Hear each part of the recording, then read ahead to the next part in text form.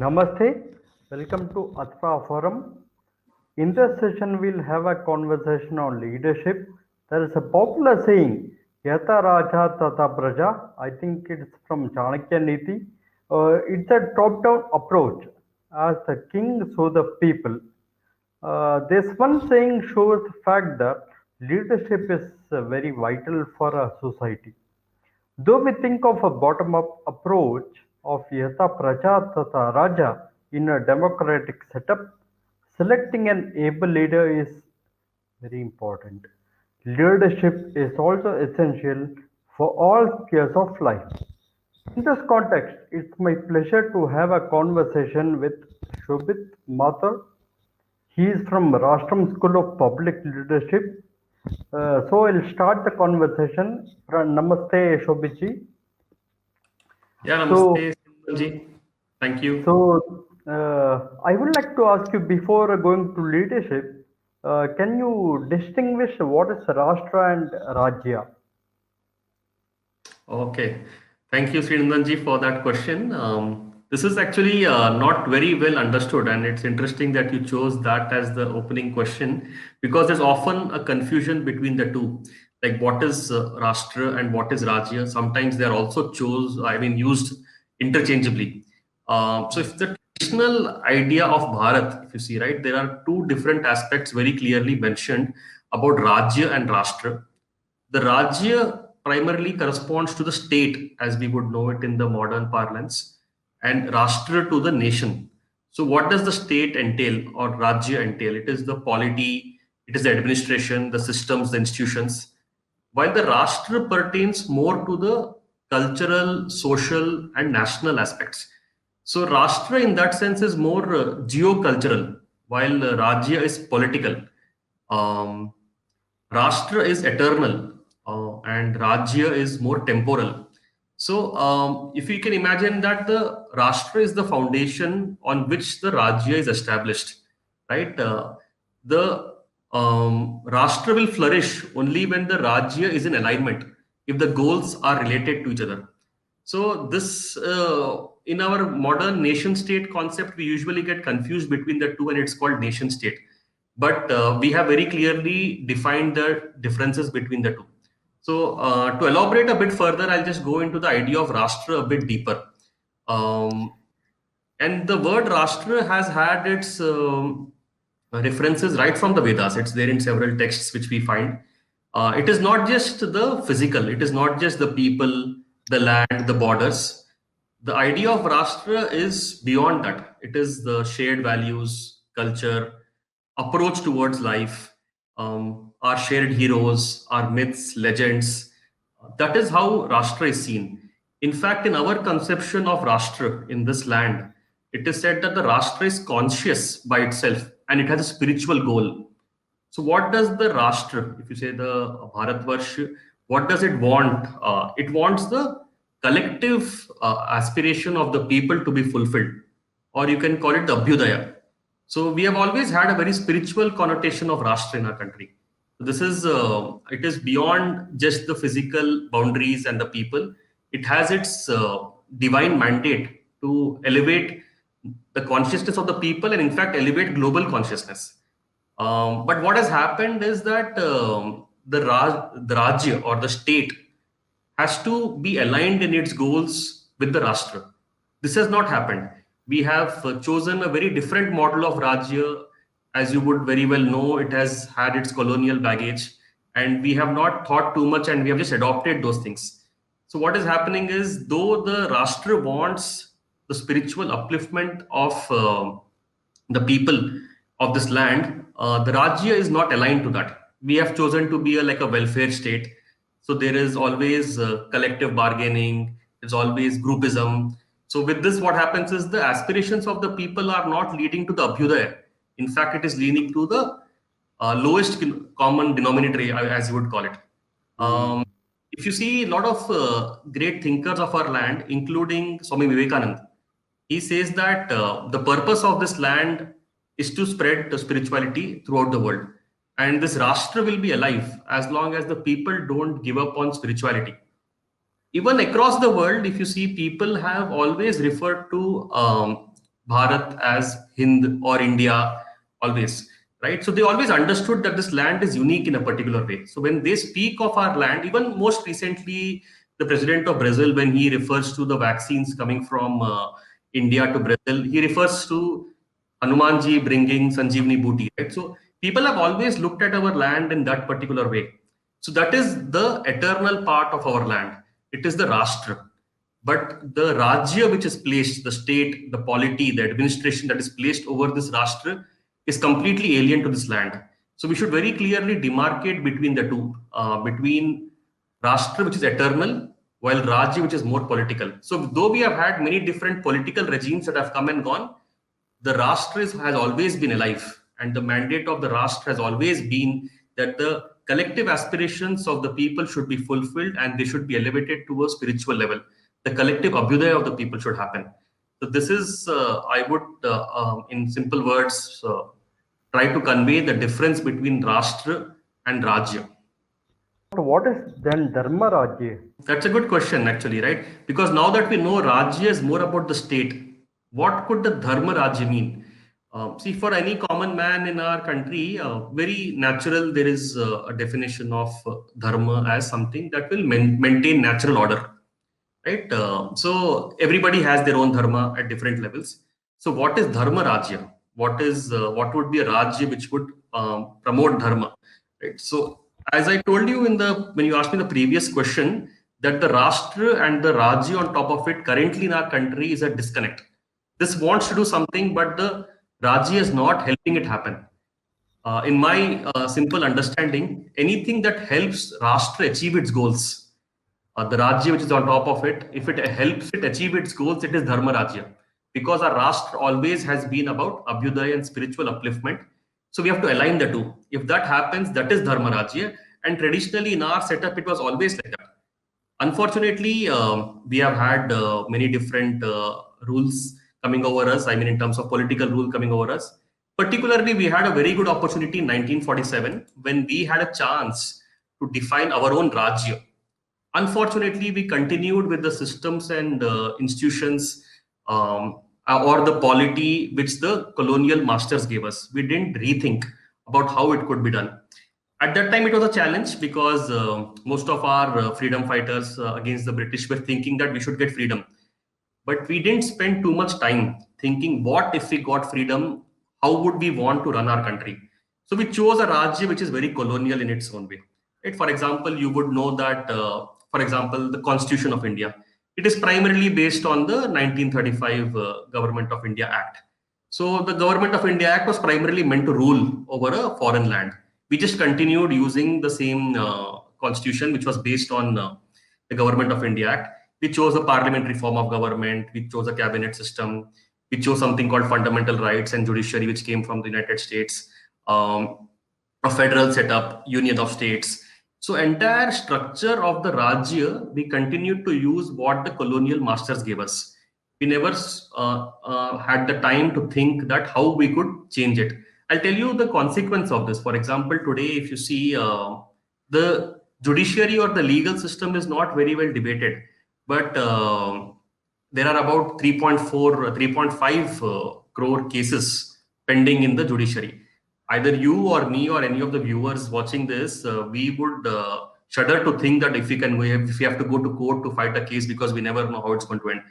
But then imagine that if India has been a living civilization for millennia, we would definitely have very good judicial system or the way to dispense justice, right? Where has that knowledge gone? Why was this not debated in the Constituent Assembly debates? So traditionally, it was based, all our legal system was based on the Dharma Shastras, as you call it, right? But in the Constituent Assembly debates, there was nobody to take the side of the Dharma Shastras and say that this is how our legal system should be designed. So we continue to use the English common law system, and that is how we have landed up at the stage where culturally and even in terms of understanding the legal system, the people have a disconnect. And then whatever system is there, because it's not working so well, it has completely broken. You can pretty much say that the legal system of our country is in shambles, right? It is the same. It is the same in the fields of administration, civil services, right? Everybody has a particular perception of the Babu, right? The traditional colonial ruler is still seen in the IAS officer. right? If you take the parliamentary system, if you take the school system, the education system, what is being taught in the whole system. So we have chosen a Rajya that has been handed down to us from our colonial masters. We have not debated whether this is suitable to us. Does it fit the mandate of the Rashtra, that is the foundation? And we have tried to impose it on this. And due to that, there has been a complete disconnect between the Rashtra and the Rajya. So, what would a Dharma Rajya mean, right? That's a very good question. But the answer is not so simple because there's a lot of work needed to be done now, given that we are in a particular setup. What would Dharma Rajya mean? So, there's a lot of work we have to understand that when the people have a particular cultural background, how do we design a system that helps fulfillment of those aspirations, right? What would be the economic philosophy? What would be the political structure? What would, as we say, are purusharthas, right? How would they be fulfilled? So there's a lot of work that needs to be done. And that is one of the mandates at Rastram as well, that we are doing a lot of research on designing this. Sometimes you come across some ideas like the education system could be based on the Gurukul model, or you will find some other ideas which try to deep dive into our knowledge traditions and try to design a system that can work for us today. But it is a very, very early stage. And I would say that there's a lot of work that is needed. And that is actually Swaraj in that sense, right? Swaraj. Ultimately, if you can design your own systems and institutions that are based on our civilizational ideas, that is actually freedom or independence, not what we have achieved in 1947. It is not complete. A lot of work needs to be done and a lot of research has to be done. And then you'll have to demonstrate some models, advocate them.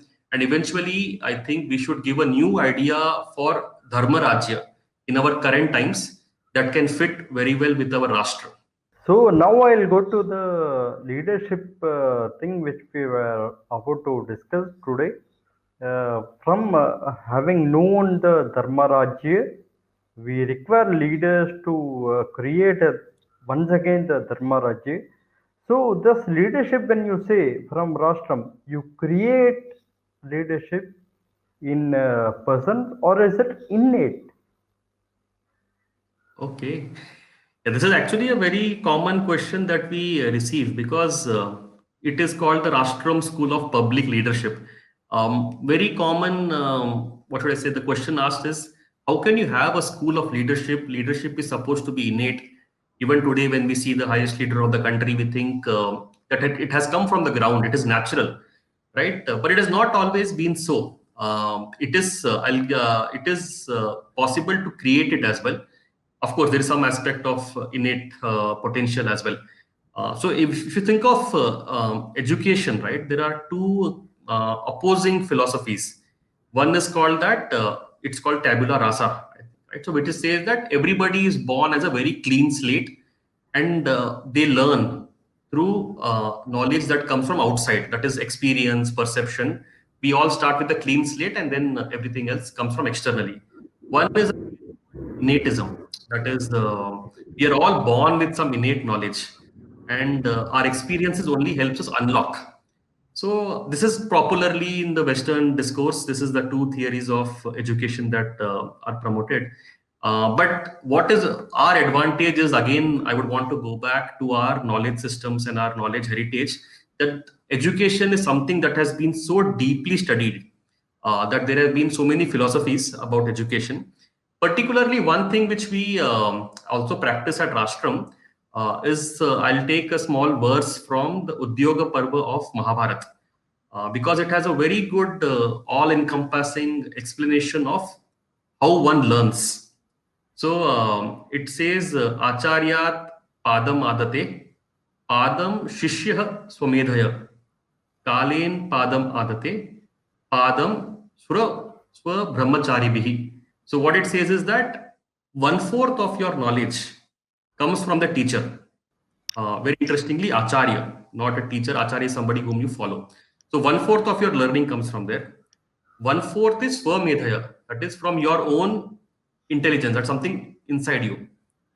1/4 comes from your peers, and 1/4 comes only with the passage of time. That is experience, life experience. So education or learning is all encompassing in that sense, and that has been told in the Mahabharata as well. And we have tried to apply it in the current context. And you will see this that it's also true. When I say this, it's not something which you will feel, "Arey, this is very new," because we have always seen this happen. That how learning happens. So though there is something innate, though something comes from experience, something comes from your peers, and one fourth comes from the teacher in the classroom. So how do we create a classroom such that we can train the future leaders? And we have tried to design a system around this. And it is even if you remember Swami Vivekananda's one of the most famous quotations has been this, that education is the manifestation of perfection already in man. So already we are born as divine beings, and education is only the manifestation of the perfection, right? So how do we create an education system such that we create leaders who are born from inside out, right? So we unlock that potential which is there in them. For example, even if you take Kautilya and Chandragupta, right? So ultimately, Kautilya saw the potential in Chandragupta, but Chandragupta needed a Kautilya as well, right? To someone who can bring out that innate leadership potential from within. And this has been, it's not that Rashtraam is the first school in the world trying to create public leaders in this sense. It has happened, at least two popular examples we know internationally. One has been in France. It's called Sciences Po, right? It's a school which has tried to create public leaders in France. Particularly, what happened is they lost a very important war in 1870. It was called the Franco-Prussian War. And after that, the royalty in France was thinking, why did we lose this war? What has happened? So then they created this institution where they would want to bring out France from this crisis. And there's one more institute called the Matsushita Institute of Government and Management, with which Rashtraam has also officially partnered. It's in Japan. The founder of Panasonic, Konosuke Matsushita, he realized that unless Japan creates the future public leaders for themselves based on the Japanese ethos, Japan will not be leading the world anymore. And they have created this school. And these are two schools, I would say, very closely equivalent to Rashtraam globally, where even they have realized that leadership could be created institutionally. That being said, it has to be created in the right way, as I said. So it is also the teacher, it's also the life experience, it's also your peers, and it's also what is innately within you. So you have to create a very good pedagogical model that such a leadership can flourish. And for very long, we have just left public leadership to chance, that hopefully some leader will come and save us. But now it's very important that we create institutions that can identify such potential and groom them. So I would say it's a combination of both. It is both innate potential as well as the right grooming, but the model has to be created in the right way. And it has been done globally, and Rashtraam is trying to do it at India. So, why do you think actually the Indian thoughts have to be pervaded in such leaders?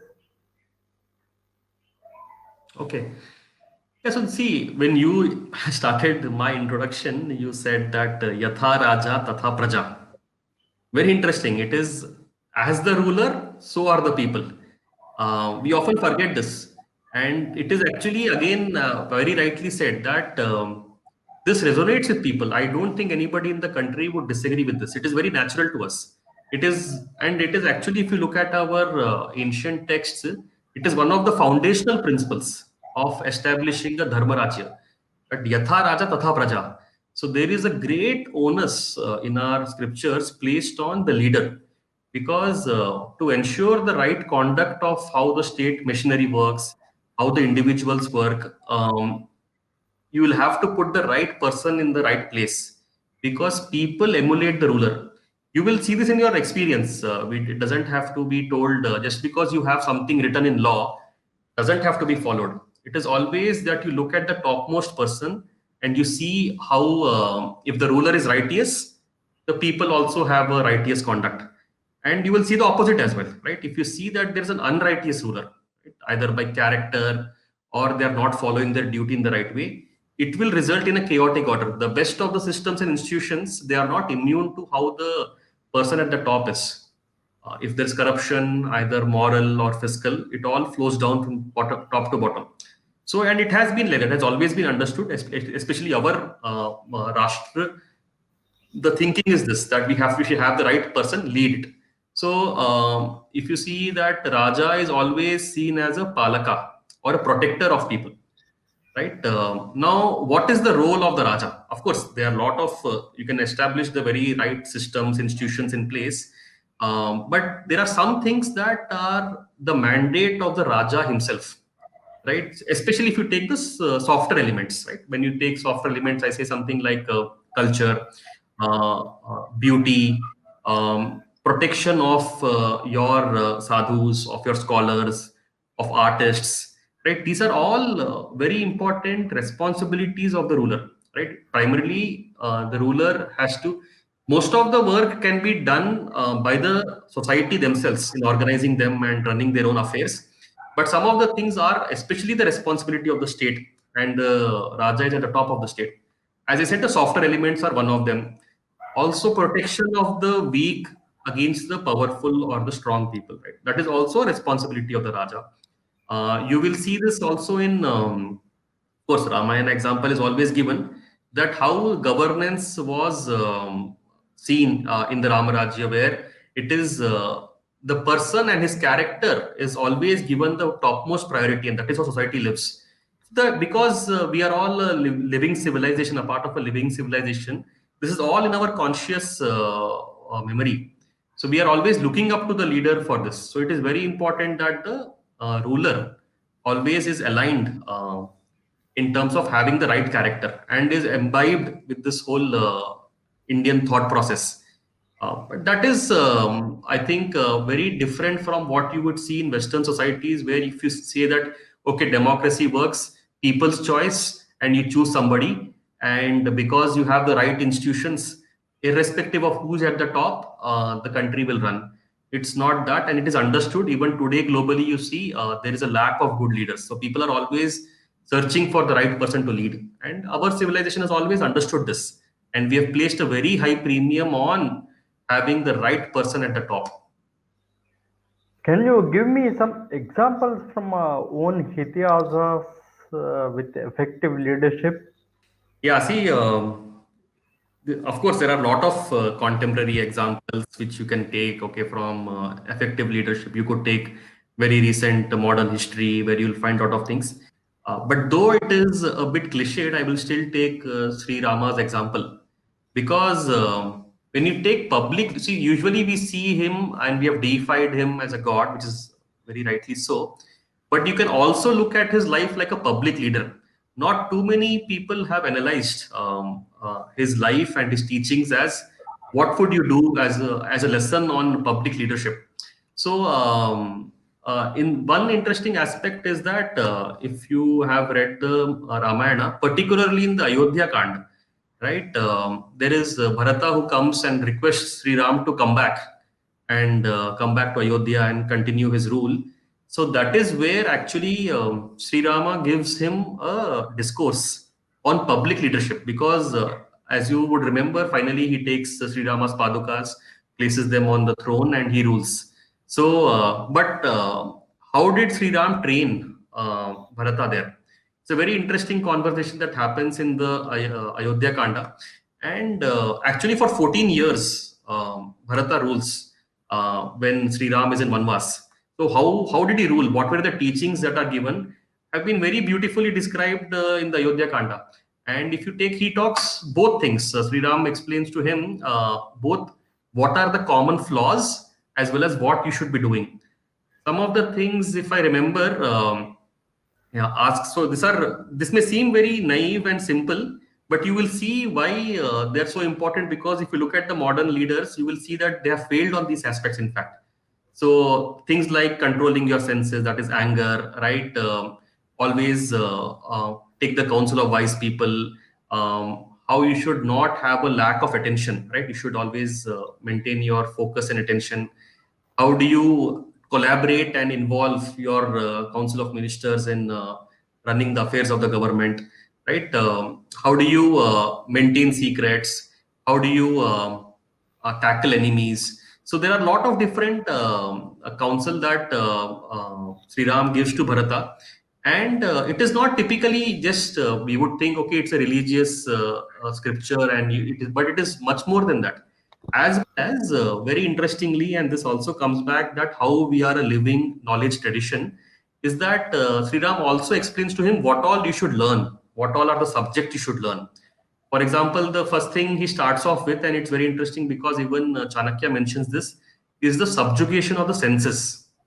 And we have also chosen that at Rastram as our tagline, that Rashtrasya Moolam Indriya Jaya, someone who has conquered their senses. This is a public leadership lesson that actually you will not read in the modern textbooks, right? That you have to be a person who has conquered yourself before you go and lead. And then, of course, the other different things about the Vedas, right? What all you should read, how you should understand the different ways of forming forts, how you should understand the different forms of the government. So all these different things are said. So this is very important, I would say, that if the 6 verses from Ayodhya Kanda just before it ends, and that's when Bharata takes the Padukas of Sri Ram back to Ayodhya. These lessons, I think, should be taught to everyone, and it's a very good example of public leadership education that is happens as a conversation between the two. And very interestingly, most of our lessons are conversations, they are not sermons. And you keep the Bharata keeps asking questions and Sri Ram keeps replying. I think this is one example I would encourage the viewers to delve deeper and understand, because it in a very brief sutras, a lot of it is explained, both what not to do and what should be done, and in a very practical and very things that can be applied immediately. In the international geopolitics which we see today, maybe even previously, uh, the powerful nation often they would like to have the stooges to be planted in other nations, which will definitely be detrimental to the nation. Often such leaders may exhibit strong or weak traits. So, how to identify them? Okay, so when we speak of international geopolitics, I think it's a very important question, particularly in the current context. So I will slightly change it a bit in the sense that, see, if you look at the modern ways of understanding international relations, geopolitics, we still look at nations, their boundaries, and then there is a conflict between the two. There is espionage, there is various levels of warfare that happens. But what is emerging as a trend, and I think we have to be careful, and this is a good question, I want to bring it out, that they are increasingly now non-state players, as they are called, right? It is not the typical states and political borders and two forces fighting. Non-state, that is, they're beyond the state. Now, what could this be? One is, of course, big tech, right? The four big internet companies. There are a lot of terrorist organizations that are beyond a particular state boundaries. At least I want to highlight the viewers' attention on these two things, because these are becoming more and more a issue in geopolitics, and countries are not prepared to handle this very well. For example, if you take the net worth of Apple, right? It is probably bigger than the GDP of many countries. If you take Apple or Google or Amazon or even Facebook, Twitter, the big ones, right? So they are now yielding very strong influence across national boundaries. For example, I think if you just look at big tech and you look at Twitter, what happened recently, for probably the first time, instead of the ruler or the state regulating a corporation, the corporation is regulating the state. It has flipped. The power equation has flipped. This is not. This is a very significant thing in the history of this world, that the head of a state, democratically elected, was censored or silenced on the platform. And then you know what happened, right? He was not given a voice by anybody. Now, this is a very big influence they are yielding over several countries, right? They could silence opinions, they could nudge people's behavior in a particular way, they could do many things. So, big tech is becoming more and more of an issue, and because we are still stuck in that old traditional idea of two conflicting nation states, we are not able to understand the influence of these multinational companies. They are nudging behavior, they are playing havoc in the democratic processes, where you are nudging people's political views. So all this is happening. At the same time, I think other big issue which is happening is on the terrorism side.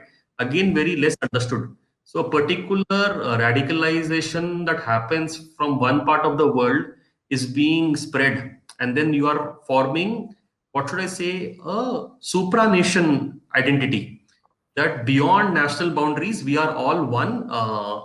What should I say, supernatural entity, like the Ummah, if you take in Islam, right? That we are one nation and we are beyond nations. So they don't have their affinity to a particular nation where they are, right? It is beyond that. So such type of ideologies are the second big problem that is coming up. And through this, as you said, stooges are placed. So people will compromise their own nations for the larger identity they have placed over something much bigger. I think more and more this is being understood, but a lot more needs to be done for at least the nations to understand that this is a emerging crisis, and we will see more and more of this as the power of these corporates and terrorist organizations increases.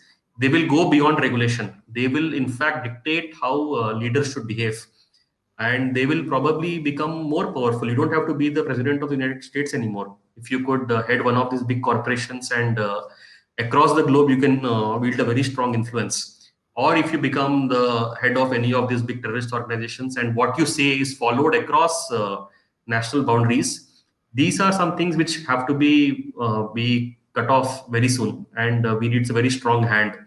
And you can see it happening today as well, right? What's happening in the agitations which is happening in Delhi and all that. The influence is not just within India, right? The influence is global.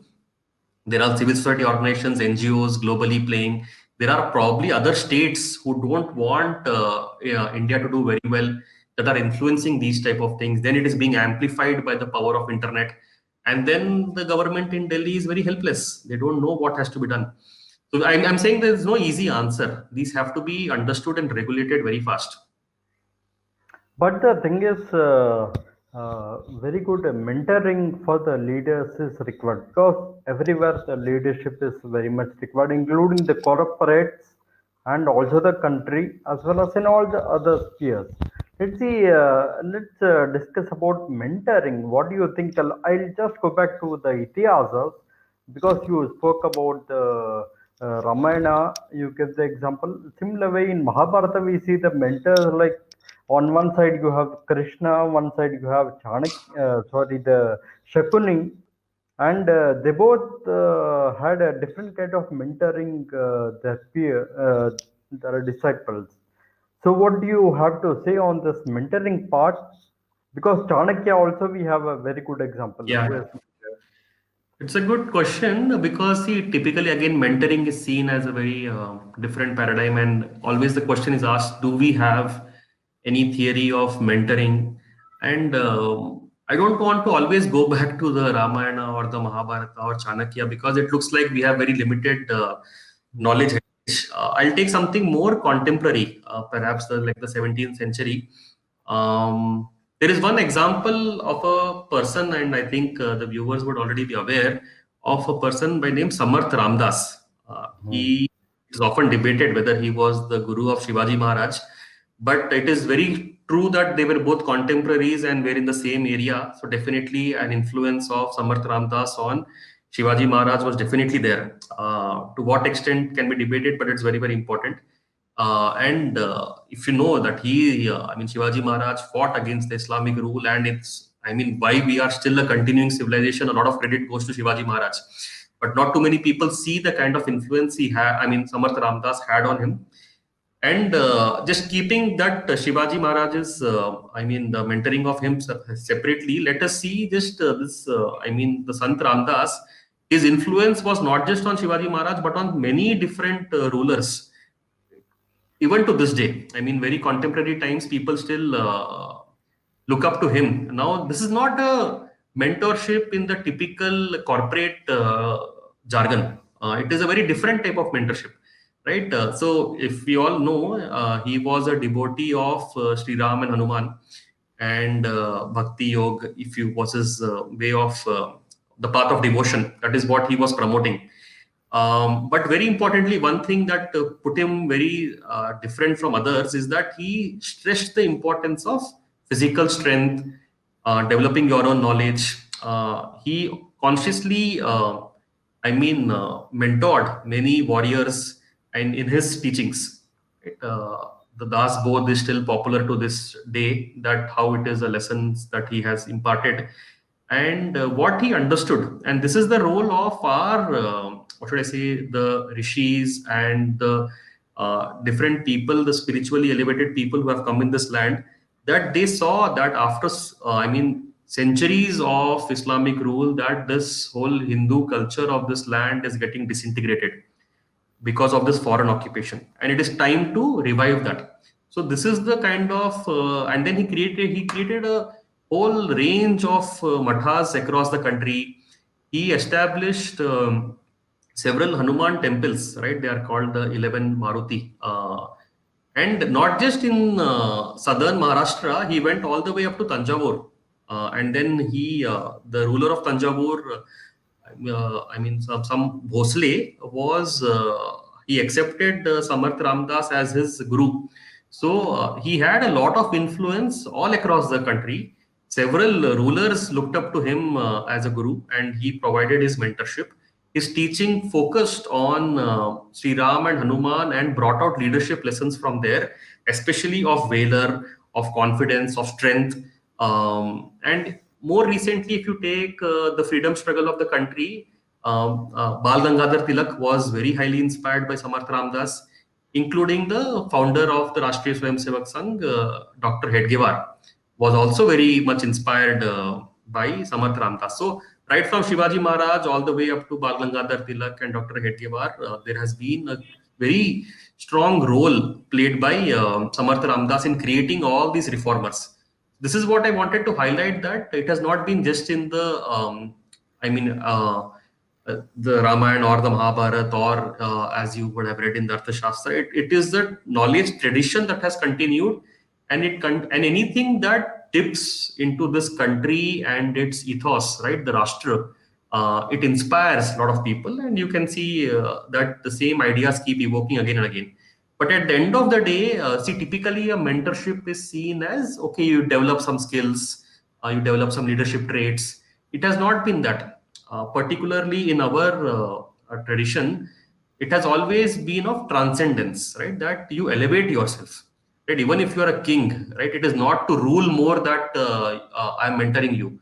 I am giving you ideas so that you can do the collective abhyuday of the entire people, right? It is you have to elevate yourself and elevate everybody else.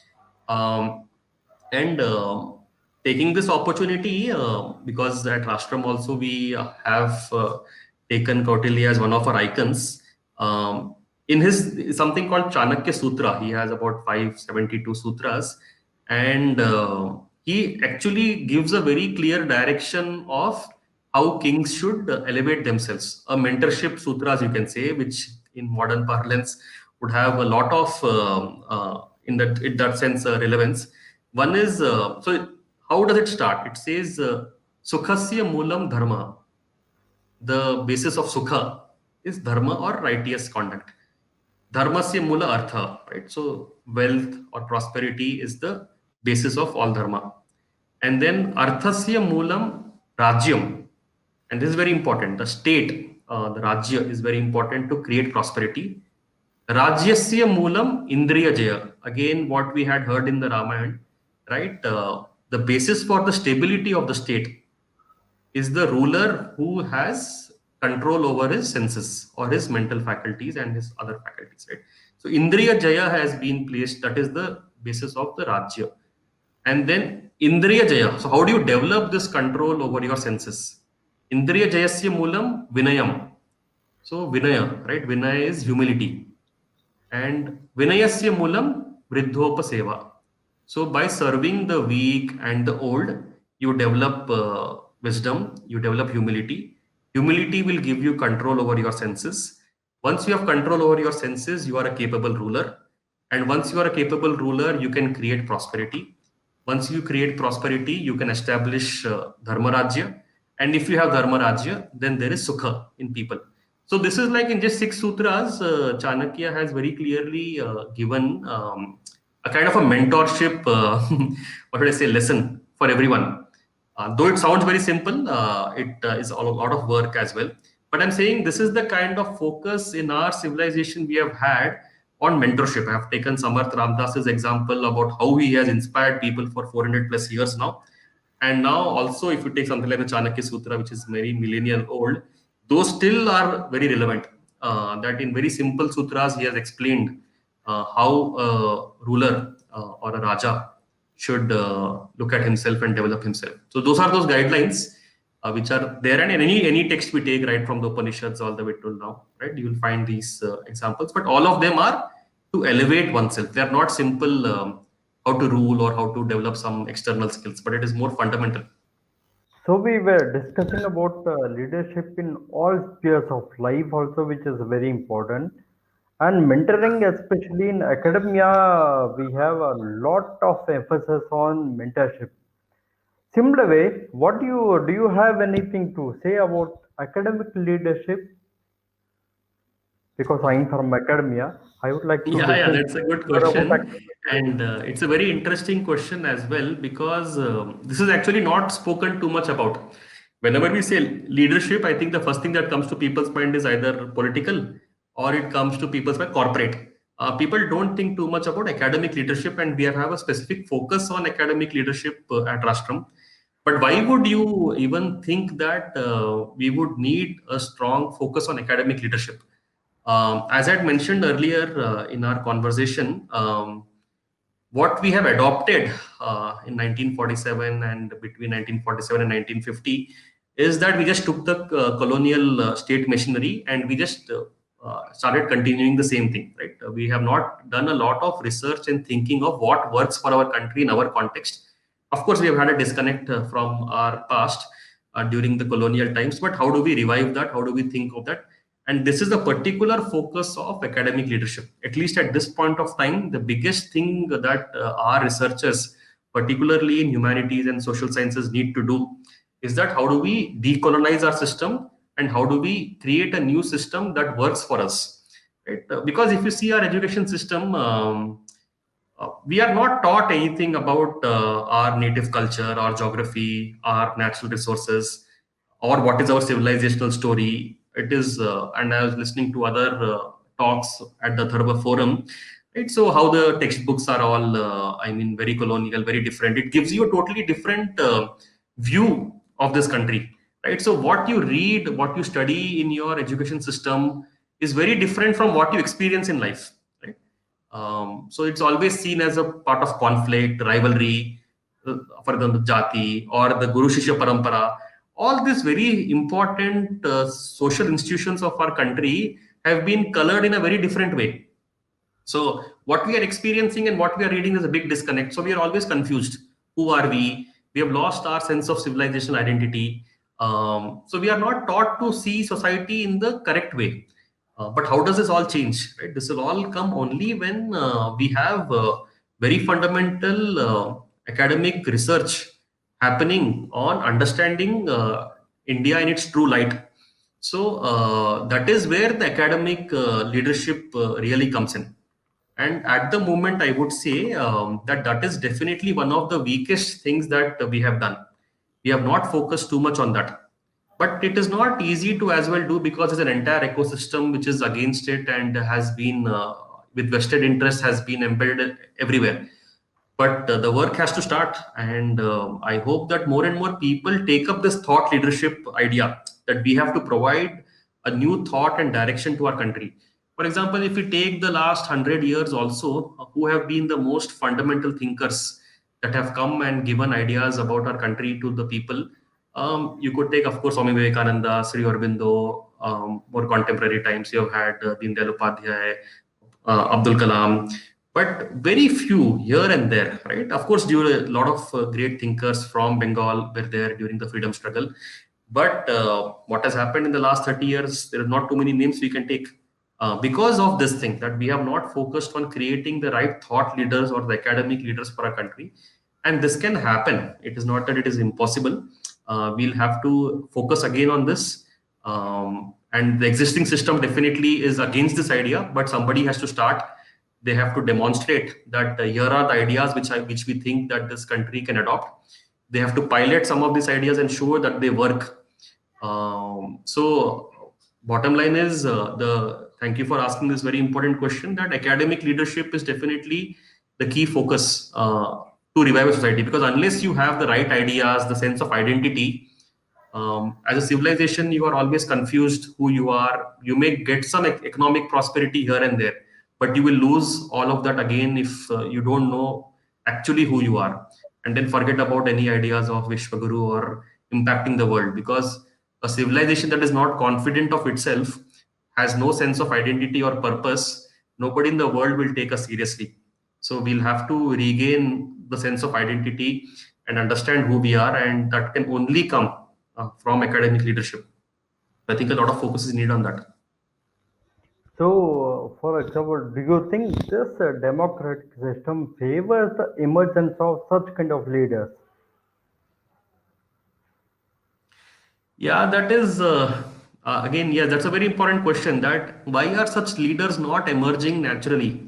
Why do we always keep struggling to find good leaders? Right? Even if you look at even the union government, right, in a country of 1.4 billion people, it is so difficult to find the right set of 20-25 people who can occupy important cabinet posts. Or if you take the best institutions of the country, to find the best vice chancellors is a very difficult thing. Or if you look at many civil society organizations or the judiciary, any institution you take, it is so difficult to find the right leaders. So why is it happening that we are not creating this? So I'll again go back that it is because the Rajya which we have, right? It is the system, the state, the institutions, whatever we have chosen, it is not in alignment with the Rashtra. Our Rashtra is wanting to grow, scale up, promote these lofty ideals to the entire world, but somehow the state is always pushing it down. So this is the reason. For example, if you take just the democratic process in our country, right? So how is it? It is always trying to create smaller and smaller groups. It is fragmenting society. It is putting these two groups against each other, and the incentives are like that. For example, if you look at the electoral process, right? So who wins an election? An election is won by first past the post. So if I get like even one vote more than you, then I will get chosen as a leader. Now, what is my incentive? If it is first past the post, I'll always have to find smaller and smaller groups, and I have to somehow tell them that they are different from others, that you are oppressed. I will do this for you. You please vote for me. So I'll always try to fragment society to get that marginal vote over you. And then I'll always try to appeal to their baser instincts. So what will I tell them? That I'll give you this subsidy, I'll give you this, I'll give you that. So always I'll try to appeal to them that more and more freebies, more and more conflicts. So somehow the whole system we have chosen, of the way the political parties are structured, of the way the democratic process is chosen, that we are not elevating people to a higher consciousness. The incentives are always to promote something which is lower, and that is what is not causing the right person to emerge. The right person is not emerging because of that. So a lot of reforms are needed, and that is where I was saying that if we have to truly establish a dharma rajya, we will have to start researching on these things, because unless we change this, even though people might be great, or some person might get elected by accident, they cannot change much because the system is against such ideas. So what could be the possible ways of changing? This is, of course, more research has to be done, but some ideas which have come about so far is that rather than just having the first past the post system, there's something called a proportional representation system, right? Will it work, not work? These ideas have to be thought further and seen. So you get seats according to the proportion of the votes you have, and there are various models of this proportional system. So then people will appeal to a larger cause because they want something bigger. They'll not appeal to very small fringe groups. They'll probably appeal to a larger, because the more vote share you have, the number of seats you get is in proportion to that. Then, of course, decriminalization of politics is very important. So how do we disqualify the wrong people from contesting? More and more, we need to devolve powers at the local levels. Currently, our whole panchayat system is very, very weak. So can we give more and more powers to them? Even there, can we directly elect the head? Can we have a mayor through direct elections? Can we have the sarpanch through direct elections? Because ultimately, leaders should bubble up from the bottom to the top. But currently, those institutions are so weak that they have no powers. So the right leadership is not emerging from the grassroots. Should we have internal democracy in parties, that the leader is chosen through an internal democratic process? So I'm saying that we have to create systems and institutions so that leadership starts emerging in the right attitude right from the bottom. And the whole system has to be created such that the best people are chosen and they keep coming up. But currently, we have done exactly the opposite. We have made the local democracies very weak. We have designed the whole political process in a way such that the politicians are incentivized to keep pushing the people to baser and baser instincts, always fragmenting society and making conflict so that somebody gets chosen over the other. So the that is why I am saying that the Rajya, the institutions and systems should be created in alignment with the Rashtra. So all these things have to be fundamentally rethought. We have adopted this from somewhere else and it's not working for us. We have to think of a very different model that works for our country, and for that, answers are not easy. A lot of research has to be done, and then small pilots have to be done to see if they're working. And then there should be advocacy in bringing it out and making it happen, institutionalizing that. So, how does Rashtram propose to nurture such kind of leaders? Right. Thank you, Srinandanji. So I think after all this, you are saying, okay, you're saying all this, but how does Rashtram propose that this should happen? So if the viewers are following the stream of thought, what I'm trying to say in very simple words is that we have had a great knowledge tradition. It is broadly called the Indic knowledge systems. How do we learn from our own knowledge tradition and apply it in the public leadership domain? So far, what we have had in leadership training in our country has again chosen models from elsewhere, but it has to be grounded in our thought process. We very simply say that we want to create self aware and civilizationally assured public leaders. So, let me elaborate. Self aware, again, that comes very much from Indriya Jaya, right? What Sri Ram said or Chanakya said, that we need to create people who are very aware of themselves and civilizationally assured. When I say civilizationally assured, I mean decolonized minds, that they are very confident of their civilizational identity. So, how do we create such people? That is the whole curriculum and pedagogy that is designed at Rashtram. So, how do we create self aware and civilizationally assured public leaders? How do we deep dive into the our knowledge systems and create a curriculum that can apply in the public leadership domain? And another big innovation that we are trying at Rastram is that there are three broad Shaktis. It is right from the Lalita Sahasranamam to Sri Aurobindo. Everybody has talked about this. Nature has three primary energies. It is called the Jnana Shakti, that is thought, the power of ideas; Ichha Shakti, the power of will; and Kriya Shakti. The three Shaktis that are creating this cosmos, and at every level, including at the national level, it is all there. So you can broadly map it at three levels: thought leadership, social leadership, and political leadership. So leadership cannot happen in isolation. You just can't create political leaders separately, academic leaders separately, and social leaders separately. You'll have to bring them together. They three have to have a samvad. They should have a conversation with each other. So the ideas of the thought leaders permeate into the political leaders. The experiments done by the social leaders influence how the thought leaders think. So at all levels, there is an interaction between the three. So when we say public leadership, we broadly want to bring these three categories together. And again, trying to create, in some sense, a modern Gurukul.